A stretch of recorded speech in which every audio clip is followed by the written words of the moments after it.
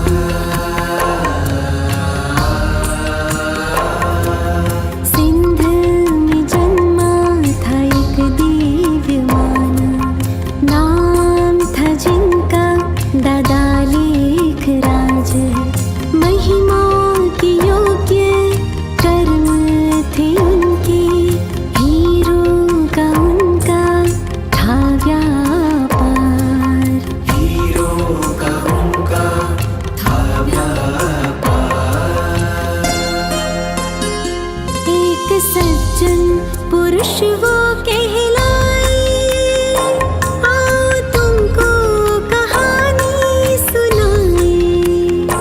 कैसे शिव को थे खुद में समाए, ब्रह्मा बाबा थे कौन बताए।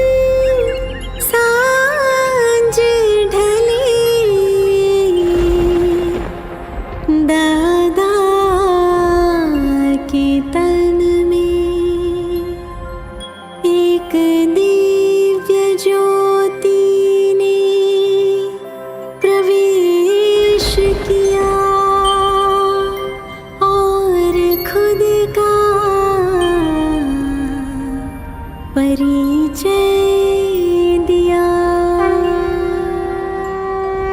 निजानन स्वरूपं शिवोऽहं शिवोऽहं,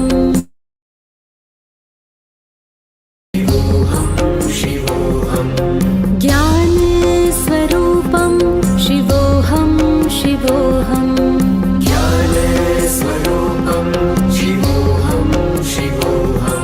प्रकाश स्वरूपं शिवोऽहं शिवोऽहं,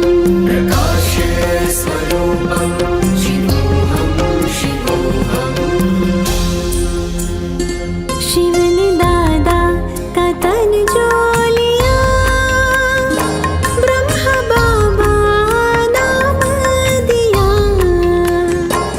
ओम मंडली स्थापन किया, अपना सब कुछ समर्पित किया।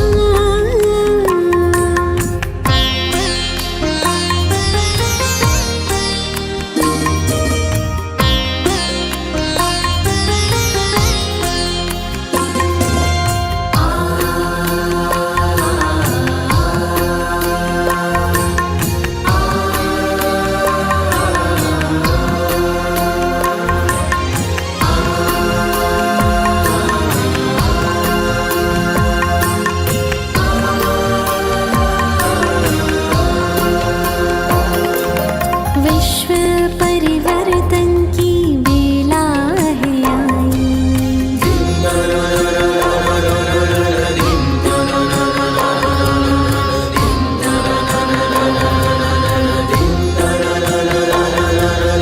विश्व परिवर्तन की बेला है आई। शिव ने आकर ज्ञान गंगा बहाई, ब्रह्मा का तन जब लिया था, निराकार शिव हुए साकार। निराकार शिव हुए साकार। कौन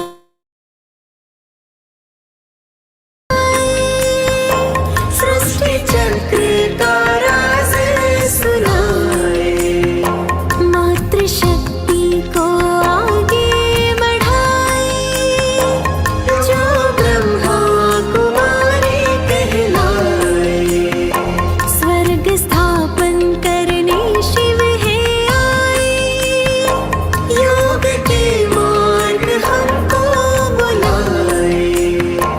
आओ मानव से देव बन जाए, मिलके स्वर्ग धरा पर लाए। मिलके स्वर्ग धरा पर लाए।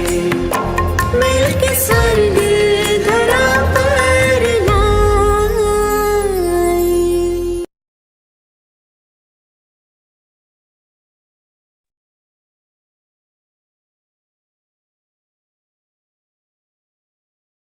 ओम शांति।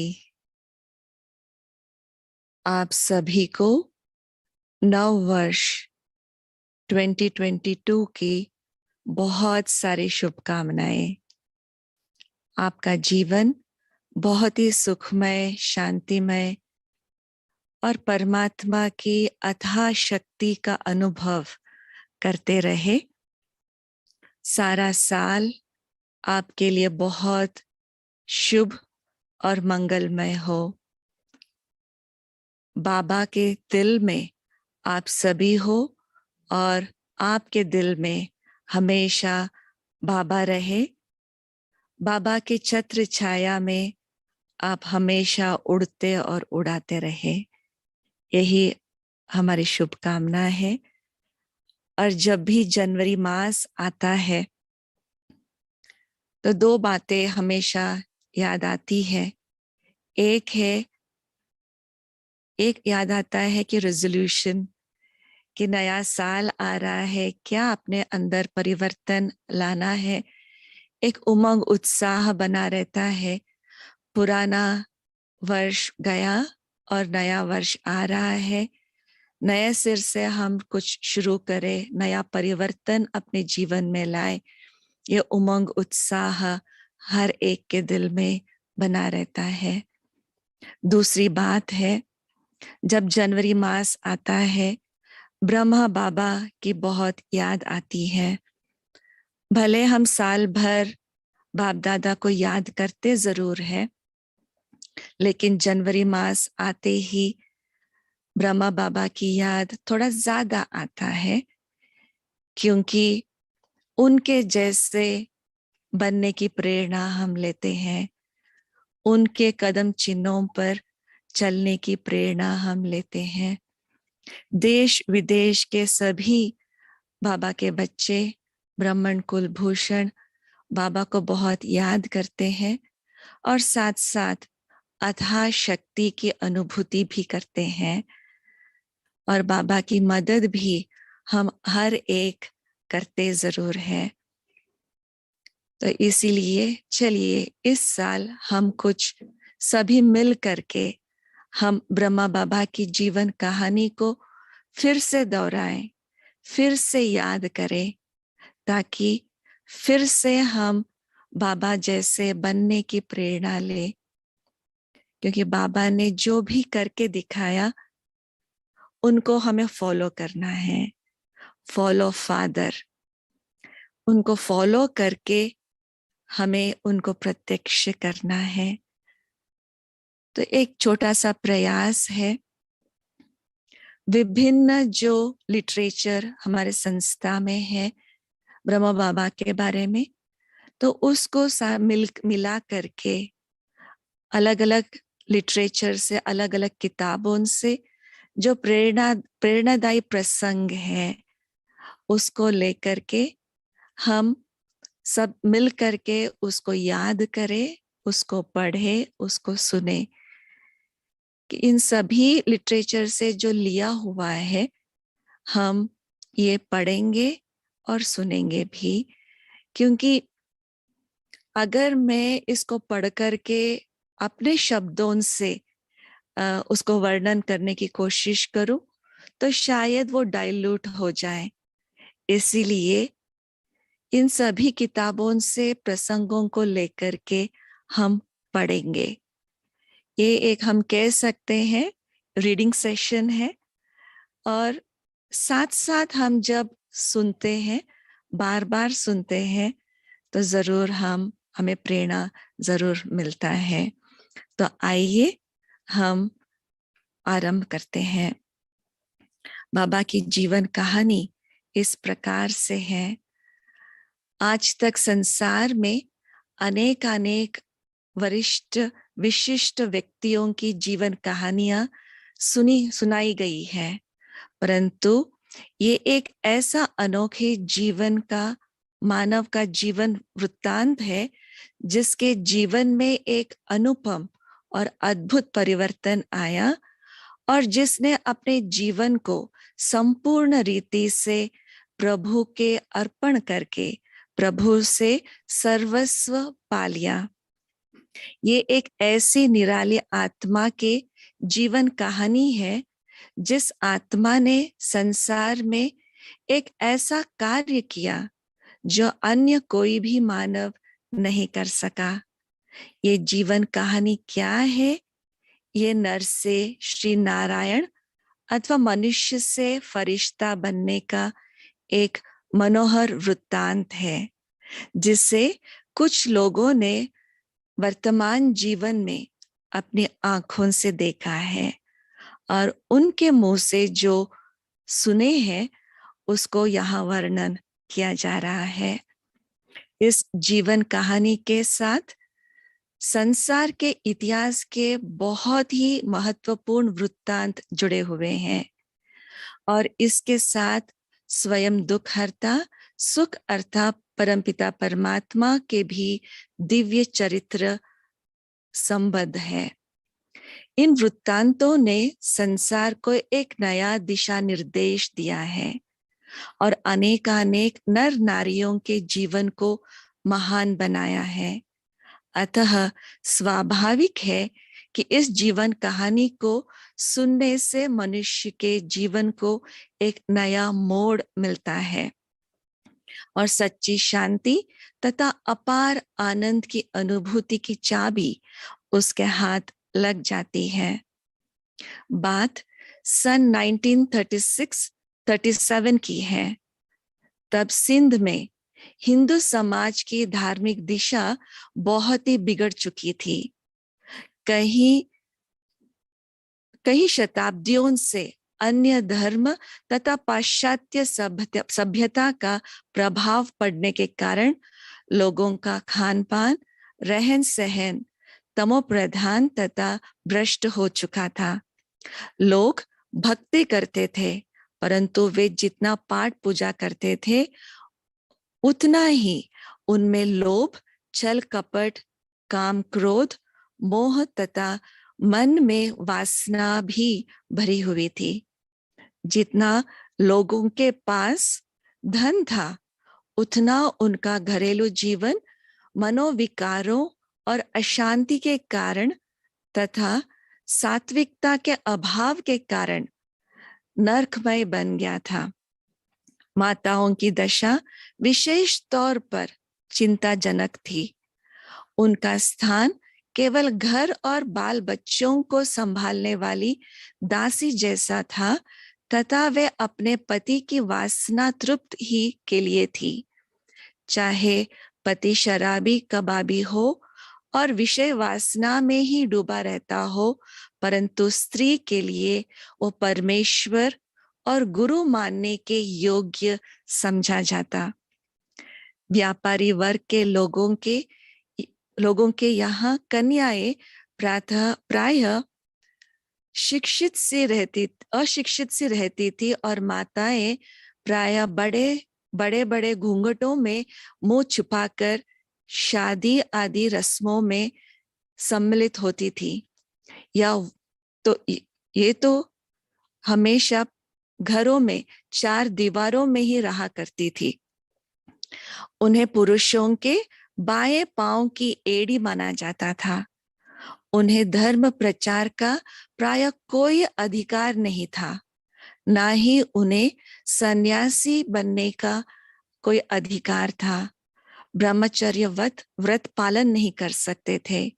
घोर कलयुग की इस वेला में सभी आत्माएं अपने विकारी संस्कारों अथवा कर्मों की बेड़ियों में बंधी हुई थी। सभी लोग अज्ञान निंद्रा में मूर्छित से हुए पड़े थे और कहीं भी प्रकाश की एक किरण भी दिखाई नहीं देती थी। ब्रह्मा की रात्रि का वो अत्यंत अंधकारमय पल था।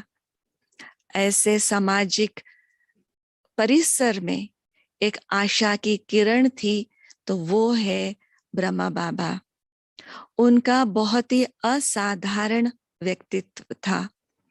ऐसे वातावरण में हैदराबाद सिंध में एक निराली व्यक्ति थे जिनसे लोग स्नेह से दादा कहते थे। उनका पूरा नाम दादा लेखराज था। यूं तो वो साधारण थे, परंतु फिर भी उनमें बहुत विशेषताएं थी।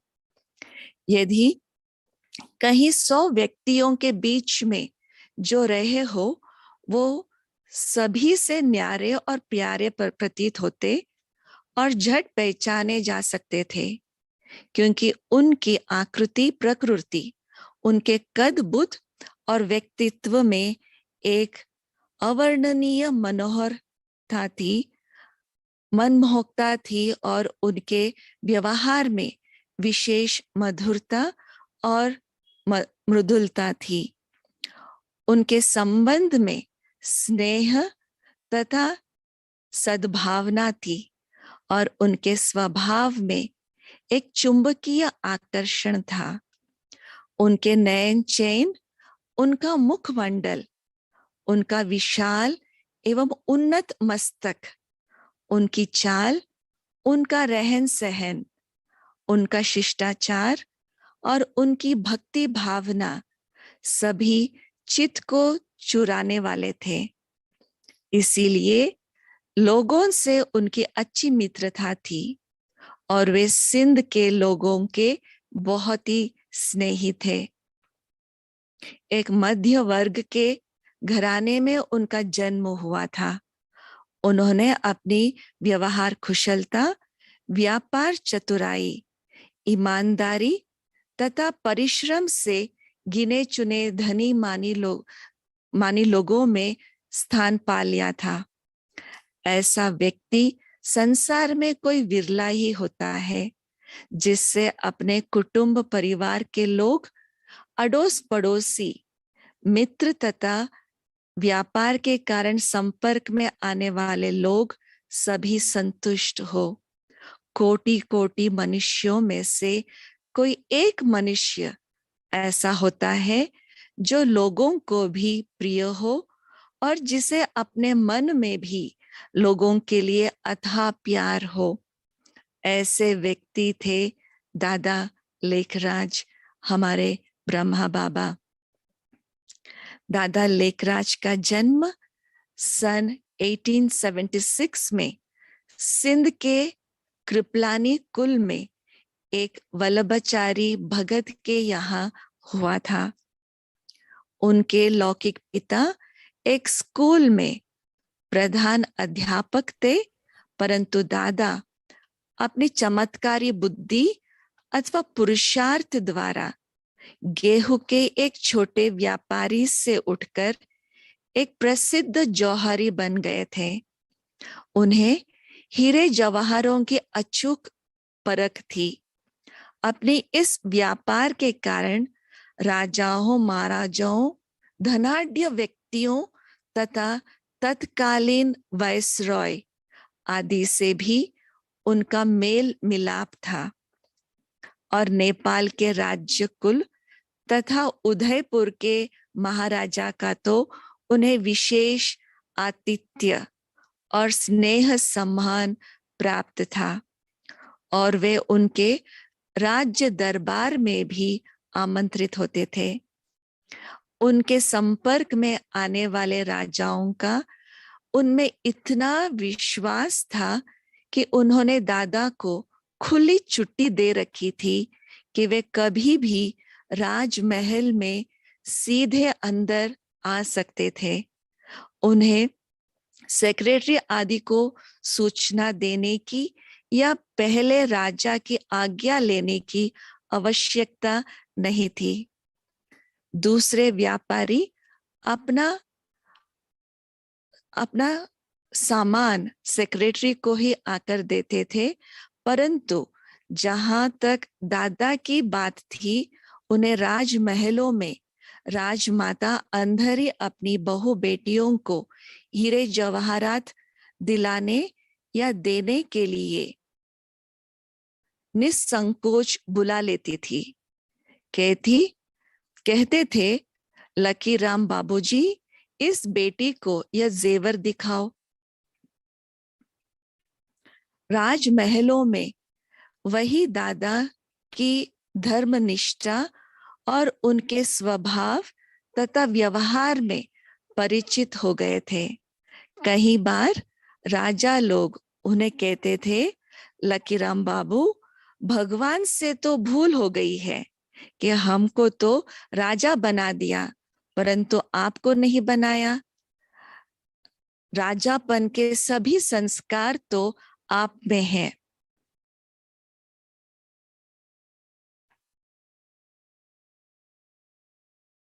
वो दिखाई नहीं दे रहा।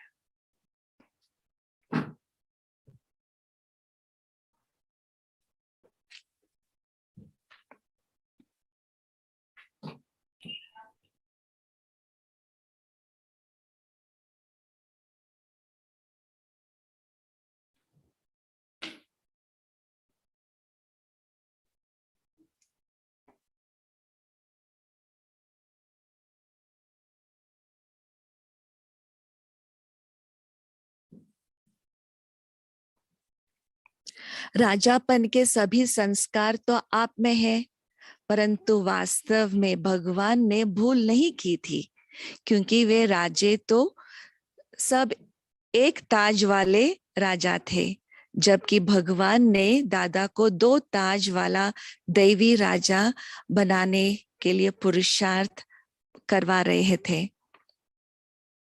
औपचारिक रीति से दादा ने कोई बहुत शिक्षा प्राप्त नहीं की थी, परंतु अभ्यास से उन्हें सिंधी का अच्छा ज्ञान था।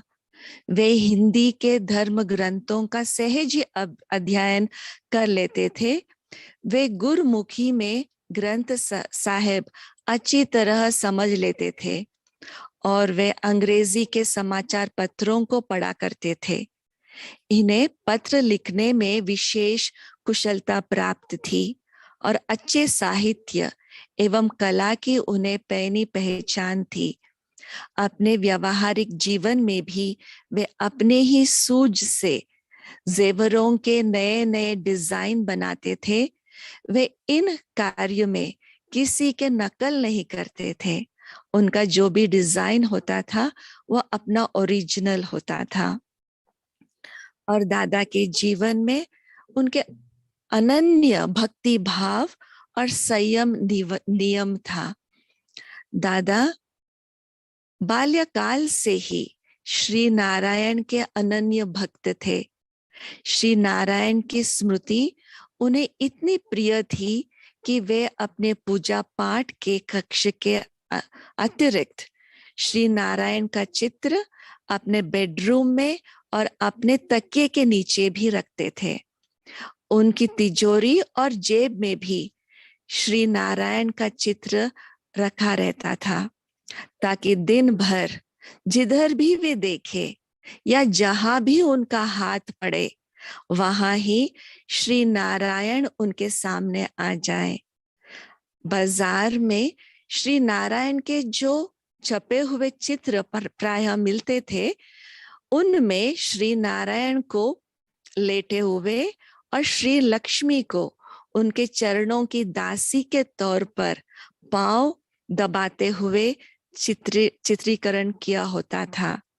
दादा को ये चित्र बिल्कुल पसंद नहीं था, क्योंकि वे इस चित्र को ऐसा समझते थे कि ये स्त्री का अपमान है, स्त्री को नीचा दिखाने का दरिया है, या दासी जैसा अथवा तिरस्कार युक्त स्थान दिया जा रहा है। दादा स्त्री के स्थान को पुरुष के स्थान से नीचे नहीं समझते थे, इसीलिए वे चित्रकार से ऐसा चित्र बनवा लेते थे जिसमें कि लक्ष्मी का दासीपन अंकित ना हो, बराबर, दोनों बराबर हो। दादा का खान पान और रहन सहन बहुत सात्विक था। जब कभी वे मित्रों को बोझ या पार्टी देते थे, उसमें सिगरेट, शराब आदि की गंध भी नहीं होती थी। दादा द्वारा दिए गए बोझ में सम्मिलित होने वाले राजा तथा रईस लोग कई बार सिगरेट, शराब आदि को न पाकर विनोद पूर्ण वो बहुत ही मजाकिया तरीके से दादा को कहते थे, दादा पार्टी फीकी रही। परंतु दादा मुस्कुराते हुए उत्तर देते थे, आपके लिए हम अपना धर्म थोड़ी छोड़ेंगे, थोड़ी भ्रष्ट करेंगे। आप तो हमें कागज के नोट देते हैं, परंतु हम तो उसके बदले आपको हीरे देते हैं। तो दादा को बहुत नशा था अपने रहन सहन, अपने सात्विकता के बारे में। ये सुनकर लोग बहुत हंसते थे। और दादा लेखराज को बहुत गुरुओं के प्रति अत्यंत श्रद्धा थी। उन दिनों दादा के अपनी गुरु में भावना भी बहुत थी। उन्होंने 12 गुरु किए हुए थे। एक बार एक गुरु अपनी बहुत बड़ी शिष्य मंडली लेकर उनके यहाँ आए। दादा ने बहुत ही आदर से उनका स्वागत किया। उनमें गुरु भक्ति इतनी थी कि उन्होंने गुलाब जल की बोतलों की कई पेटियां मंगाई। प्रातः और सायंकाल दोनों टाइम गुरु के बेडरूम में वहां गुलाब जल छिड़का करते थे। दादा अपने ही हाथ से वहां एक बोतल गुलाब जल छिड़क कर आते थे और अगरबत्ती भी जलाकर आते थे। उन्हें गुरु के आराम का भी बहुत ध्यान रहता था। कभी आवारा कुत्तों की आवाज गुरु को आराम या एकांत में खलल न डाले। विशेषकर इस ख्याल से वे एक पहरेदार रखते थे। आम का मौसम न होने के कारण बाजार में 4 रुपए का एक आम मिलता था, तो भी गुरु के लिए वो आम लेके आते थे। वे गुरु की हर आज्ञा को हर हालत में शिरोधार्य मानते थे। एक बार की बात है कि दादा के पोते का नामकरण संस्कार होना था। सायंकाल सब बड़े बड़े व्यक्तियों का भोजन था। अचानक ही गुरु का तार आया कि तुरंत आओ। दादा ने यशोदा जी, जो दादा की लौकिक पत्नी थी, उनको कहा कि तुरंत कपड़े निकालो और ड्राइवर को बुलाओ, क्योंकि मुझे जाना है। जसोदा जी बोले, इस अवसर पर कैसे जा सकते हैं आप? दादा बोले, सुनो, गुरु का बुलावा गोया काल का बुलावा है। काल आए तो क्या हम उसे ऐसा कहकर रोक सकते हैं कि आज हमारे पोते का नामकरण है? दादा इतना कहकर अंदर चले गए। अब हम क्या करें? जसोदा जी फिर वो कहती है, उसी समय सभी मित्रों को फोन करके बताया कि दादा को किसी कारण से बाहर जाना पड़ गया है। तो बाबा को गुरुओं के प्रति अथाह श्रद्धा थी। उन्होंने जो भी बोला वो कभी भी नकारते नहीं थे, उनको पूरी तरह फॉलो करते थे। उनकी आज्ञा सिर माथे पर होता था। उनको पूरी तरह वो फॉलो करते थे। और भक्ति की पराकाष्ठा भी बहुत ज्यादा था। दादा की भक्ति के संस्कार इतने पक्के थे कि चाहे कैसा भी अवसर क्यों ना हो, उनके कर्मों में भक्ति की झलक स्पष्ट दिखाई देती थी। उन्होंने जब अपनी लौकिक पुत्रियों तथा भतीजी का विवाह कराया तो उन्हें दहेज में हीरे, सोना तथा लाखों का सामान देने के अतिरिक्त उन्हें श्रीमद् भगवत गीता तथा चांदी का एक सुंदर मंदिर भी विशेष सौगात के रूप में दिया, ताकि वर और वधू के जीवन में भी भक्ति भावना बनी रहे। वे शादी के अवसर पर भी अपने लौकिक गुरु को आमंत्रित कर लिया करते थे और शादी को भी एक सत्संग का सा रूप देते थे। उस अवसर पर वातावरण को धार्मिक बना लेते थे तथा अन्य लोगों की तुलना में उसे निराले ढंग से संपन्न किया करते थे। दादा की लौकिक बहू जो ब्रिजेंद्र दादी है, वो बताते हैं कि एक बार बाबा जब अपने जवाहरात के व्यापार केंद्र में अपनी गद्दी पर बैठे जवाहरात की एक पुड़िया का मूल्यांकन कर रहे थे ना, बहुत सारे जो हीरे थे वो सारा कुछ उसका मूल्यांकन कर रहे थे, उसको देख रहे थे, तो उन्हें अचानक ही कहीं जाना पड़ गया। दादा अपनी गद्दी के सामने रखे शीशे जो भी है उसको बॉक्स पर में रख करके वहां ही छोड़कर वहां चले गए। उस ख्याल से चले गए ताकि उनको था कि कोई चोरी नहीं करेंगे, क्योंकि दुकान में जो भी कार्यरत थे उन पर दादा का पूरा विश्वास था। परंतु उस दिन अचानक ही एक सुनहार के 2 बच्चे वहां आ गए, जो यूजुअली जो सुनहार ऑर्डर लेते थे जेवर बनाने के, उनके बच्चे वहां आ पहुंचे।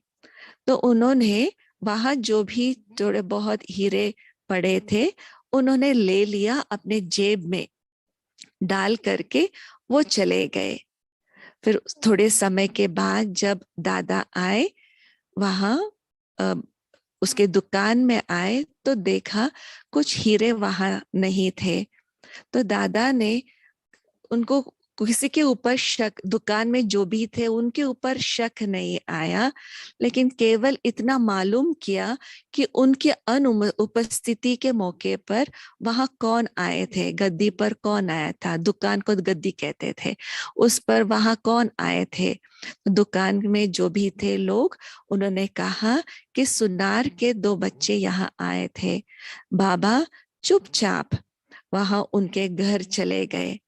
पहले उनके दुकान में गए और वहां देखा उनके पिताजी और उनका बड़ा बेटा दुकान में थे, और घर चले गए और घर में छोटे बेटे को बहुत प्यार पुचकार से उनको पूछा, बेटे बच्चे, तुम्हारा बड़ा भाई जो हमारे दुकान पर तुम्हारे साथ आया था कहता है कि हीरों की पुड़ियों में से हीरा तुम दोनों ने ले लिया है, वे दे दो। ये सुनते ही वो बच्चा हक्का बक्का रह गया और एक क्षण में वो जाकर के वो पुड़िया लेके आया और कहा, वो मुझे तो कहता था कि बाबा को मत बताना और उसने खुद बता दिया है आपको। वो ऐसे कहते हुए चुपचाप वो पुड़िया बाबा को दे दिया। बाबा ने फिर प्यार से उस बच्चे को पूछा, अच्छा ये तो बताओ कि ये किस लिए उठा लिए थे। उसने बोलेपन से उस बच्चे ने कहा, हमने सोचा था बाबा कि इन्हें अलवाई के हवाले कर आज अच्छी तरह हम खूब पेट भर के मिठाई खाएं। इस सारी वार्तालाप में बाबा ने एक बार भी ना उसे डांटा ना उससे क्रोध किया। ना उस पर हाथ उठाया, बल्कि उसे खूब मिठाई खिलवाई और कहा, देखो, फिर कभी भी चोरी नहीं करना, वरना पुलिस पकड़ करके ले जाएगी। यदि तुम्हारे पिताजी को मालूम हो जाए कि आपने चोरी की तो तुम्हारी पिटाई करेंगे। ऐसे अनेक वृत्तांत इस बात को सूचित करते हैं कि शिव बाबा की प्रवेशता से पहले ही बाबा बहुत धीरज और शांति से व्यवहार करते थे।